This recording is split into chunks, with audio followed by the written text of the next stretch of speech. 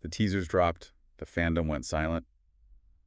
But this wasn't a comeback announcement. No, not at all. In an instant, the entire K-pop world was turned upside down by a single, zero-tolerance legal notice. It was a massive shock to the timeline. Welcome to StarScope K-Report. Join us as we ride the Hallyu wave, uncovering the biggest K-pop comebacks, shocking industry controversies, and major K-drama updates. From internet-breaking rumors to historic chart milestones, we dive deep into the world of Korean entertainment. I'm so hyped for today's deep dive because we are looking at something that has every single fandom on edge. The headline is literally, ATEEZ just sued their own fans. Yeah. The comments that went too far. Yeah, and we have an incredible stack of sources for this deep dive. We're looking at official legal statements from KQ Entertainment, a deep dive legal review from the University of San Diego on South Korean cyber defamation laws, and some breaking July 2020 SEEPs updates from the Economic Times. Right.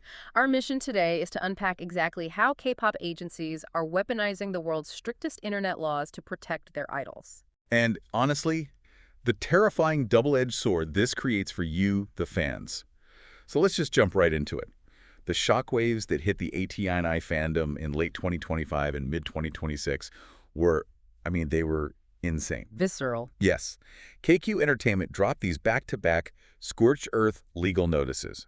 And we aren't just talking about, a few K-nets leaving shady comments on a forum. Right, this wasn't just standard online trolling. No, it was a massive crackdown on defamation, malicious rumors, and sexual harassment.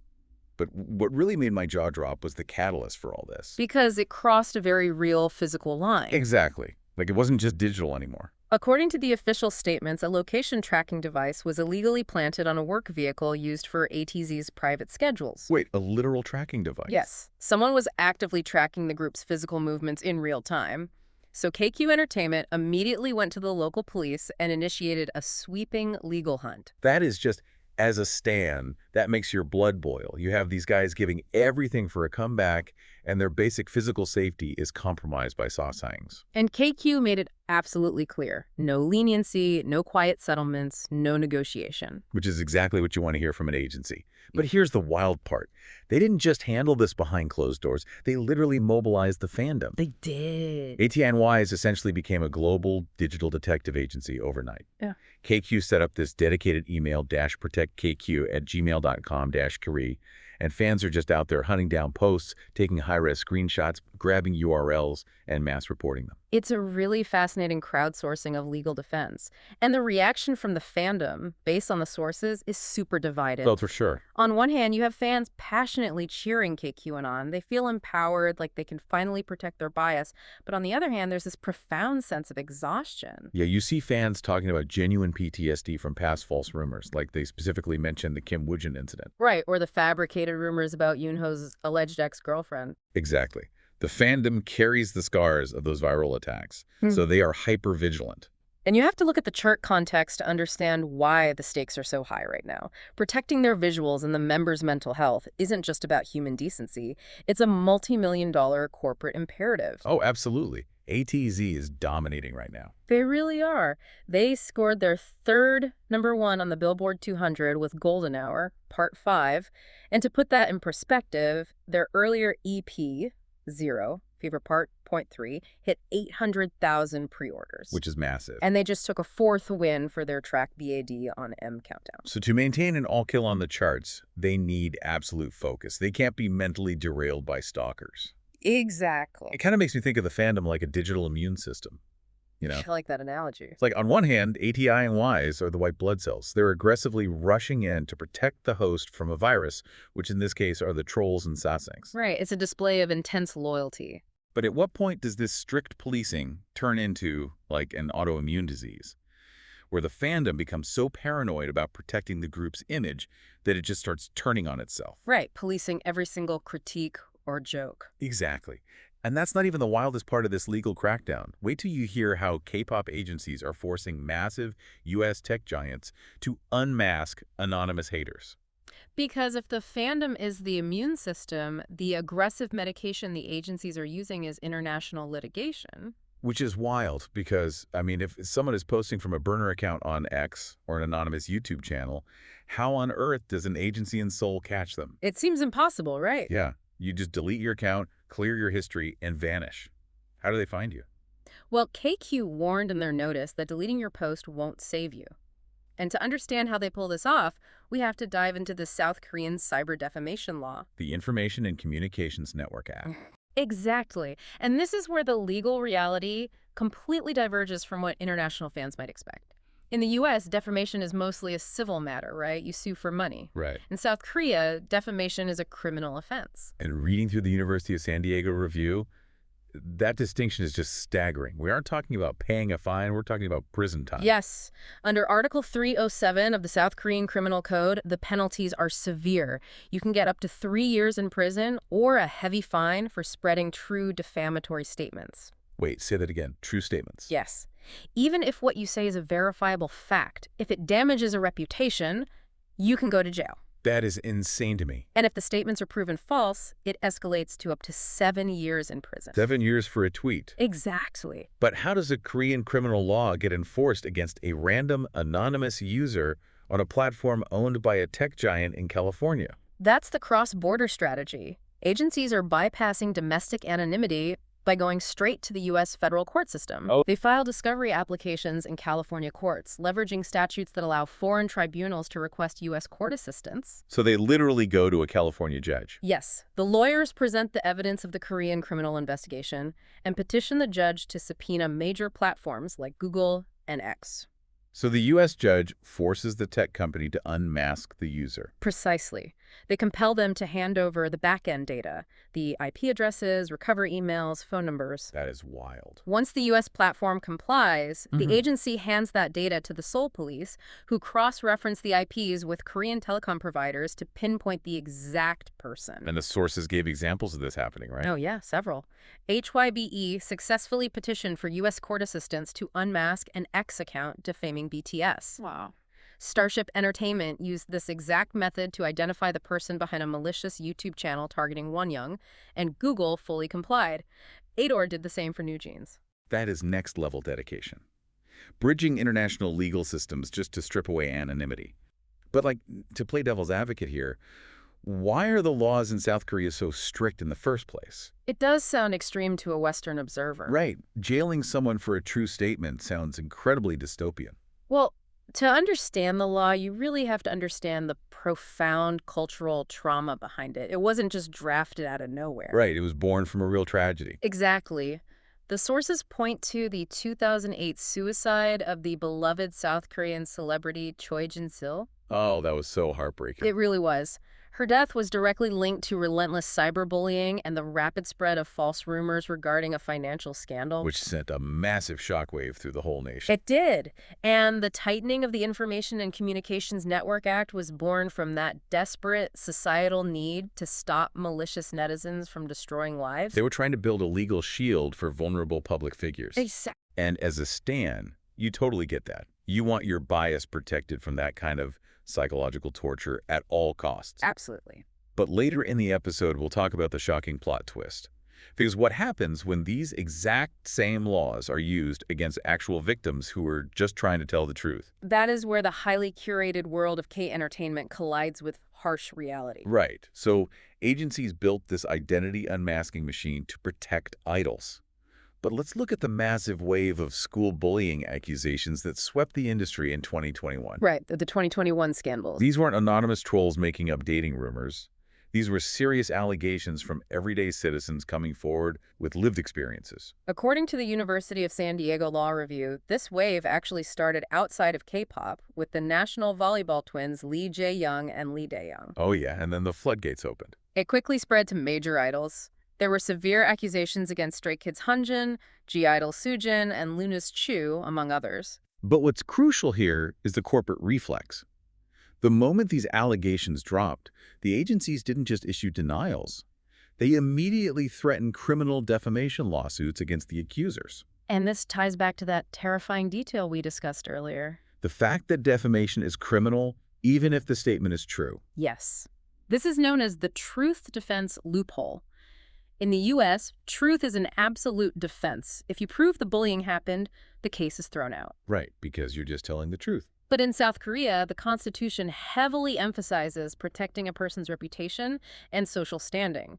So a victim of middle school bullying can be criminally prosecuted and sent to jail, even if they have undeniable proof. Just because their true statement damaged the idol's current public reputation. That is so backwards. No, there is a public interest exception written into the law. I was going to ask, like, isn't exposing a bully in the public interest? You would think so. But the courts apply it based on their interpretation of your intent, and they interpret it extremely narrowly. Okay, what does that mean in practice? If a victim posts their story on an anonymous forum like Nate Pan or the Quo out of lingering anger or a desire for an apology. Which is a totally normal human reaction. Right. But the court often views that primary intent as slander or revenge rather than an objective benefit to society. So the defense fails. Exactly. The defense fails and the victim is convicted. Wow. So they've essentially privatized government-level censorship. It makes you question everything. Are K-pop agencies weaponizing a law meant to stop cyberbullying, like with Choi Jin-sil, to just enforce this unblemished perfect idol image? It's a very valid question. Like, Hyunjin went on a 4-month hiatus, Soojin ultimately left her group, but the people who came forward were silenced by the threat of literal prison time. It feels like it's single-handedly suffocating the #MeToo movement in Korea. And you've hit on the exact concern raised by international human rights groups. The USD Law Review notes that organizations like Amnesty International and Article 19 have heavily criticized this. Yes. And to be completely impartial here, these organizations draw direct political parallels. They point out that former South Korean presidents across the entire political spectrum have used these exact same laws. Oh, wow. From conservatives like Lee Myung-bak and Park Geun-hye to progressives like Moon Jae-in. Human rights groups argue these leaders used criminal defamation to silence investigative journalists and political opponents. We're not taking a political stance here, obviously, but just looking at the facts from the source, that is genuinely chilling. It is. The argument is that entertainment executives are now wielding the same immense legal power historically used by the state to suppress dissent. Imagine you're just a normal citizen. You decide to finally speak up about someone who tormented you, and suddenly you are staring down the exact same legal machinery used to silence national journalists. You'd delete your post immediately. You would. It creates a massive chilling effect. But wait, if you thought the laws were strict in 2021, the game just changed completely. Oh, dramatic. Let's bring everyone right up to July 2026. Because if you thought $10,000 fines and U.S. court subpoenas were intense, the South Korean government just escalated this to an entirely new level. They did. As of July 2026, South Korea enacted a highly controversial revision to the Information and Communications Network Act. Targeting false information online, right? Exactly. According to the Economic Times, this new legislation shifts the burden of policing the internet directly onto the tech giants. So platforms like Naver, Kakao, Google, and Meta. Yes. They are now legally required to establish robust back-end response systems for online misinformation.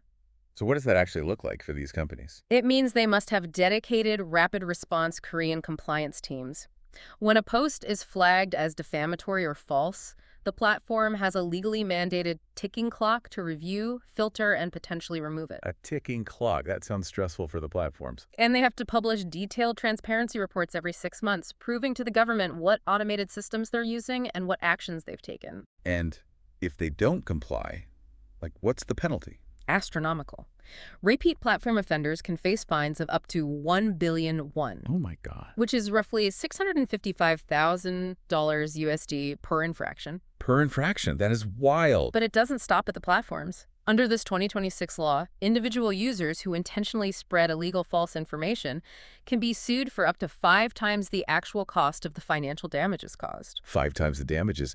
I mean, if you cause a million-seller K-pop group stock to dip, 5 times those damages would bankrupt your entire bloodline. It absolutely would. But what was the catalyst for this sudden escalation right now in 2026? Why target the platform so aggressively all of a sudden? The dawn of the AI deepfake era. Oh, of course. The technology has advanced so rapidly that reality is easily manipulated. The source material mentions a specific incident that pushed this legislation forward. What happened? A right-wing YouTuber utilized highly sophisticated AI-generated audio to create a flawless fabricated recording. They falsely claimed that A-list actor Kim Soo-han had dated a minor. Ugh, that is absolutely disgusting. It was incredibly damaging. Because the AI audio sounded authentic, The scandal snowballed across TikTok and X within hours. I can imagine. It forced the actor to immediately suspend all public appearances, and a major project was postponed while his agency scrambled to prove the audio was synthetic. Wow. Incidents exactly like this are being used by lawmakers to justify why these extreme platform-level crackdowns and billion-won fines are completely necessary. Look, I get the necessity when you're dealing with deep fakes that can ruin a life in 3 hours. Right. But to push back on this, if you threaten Meta or X with a $655,000 fine every time they fail to catch a rumor, they aren't going to carefully review the nuance of every post. No, they'll just overcorrect. Exactly. Yeah. They're going to build algorithms that instantly shadow ban or delete anything remotely controversial regarding a Korean celebrity just to protect their bottom line. Which is precisely the counterargument being fiercely debated in South Korea right now. It has to be. The main opposition party, the People Power Party, along with Journalists Association of Korea, have strongly warned against this. What's their main concern? They argue that passing the role of truth arbiter to corporate tech platforms will lead to excessive automated censorship. Which totally makes sense. The fear is that investigative journalism will be completely stifled and ordinary citizens will simply self-censor out of pure fear of financial ruin. It's basically exactly what we were talking about earlier with the fandoms, that overwhelming chilling effect. Right. You might have a legitimate critique of an agency's management or a real story about workplace abuse, but you just keep your mouth shut because the risk is a $500,000 fine or literal jail time. It's a huge risk. So taking all of this in from ATEEZ's tracking devices and the fandom's digital detective work to cross-border U.S. tech subpoenas, the dark reality of the truth defense loophole, and now these billion-won AI fines, what's the ultimate takeaway for you, the listener? It's a lot to process. It is. Because K-pop is this beautiful, transcendent global phenomenon. The Hallyu wave connects millions of us across different languages and cultures. It really does. But the corporate machinery protecting that wave is fierce, and it is legally armed to the teeth. The days of hiding behind an egg avatar are over. Completely over. Think twice before engaging in toxic fan wars or spreading unverified KT on the timeline. Because KQ and other agencies are actively watching, the fandom is reporting, and deleting your post simply won't save you. And if we look just over the horizon, this rapid legal escalation raises an incredibly important and provocative question for the future of the Hallyu wave. Yes, that. Well, as AI technology continues to evolve and synthetic media becomes completely indistinguishable from reality, how will these agencies and automated platform filters distinguish between innocent, passionate, fan culture-like creative fan fiction, AI vocal covers, or elaborate fan edits, and actionable, malicious deepfakes? That is such a good point. Where exactly is the legal line between being a dedicated stan, expressing your love for a group, and committing a severe digital crime? That is a terrifying, fascinating thought to leave on. As the technology blurs, so does the law. If you love staying updated on your favorites and you want to know exactly where that legal line gets drawn next, make sure you're subscribed to StarScope K-Report. We've got even bigger scoops ahead. So many big stories coming up. You've been listening to StarScope K-Report, where Eric and Minji bring you the stories shaping K-pop, K-dramas, and the global Hallyu wave. Thanks for tuning in, and don't forget to subscribe for more stories that keep the stars shining.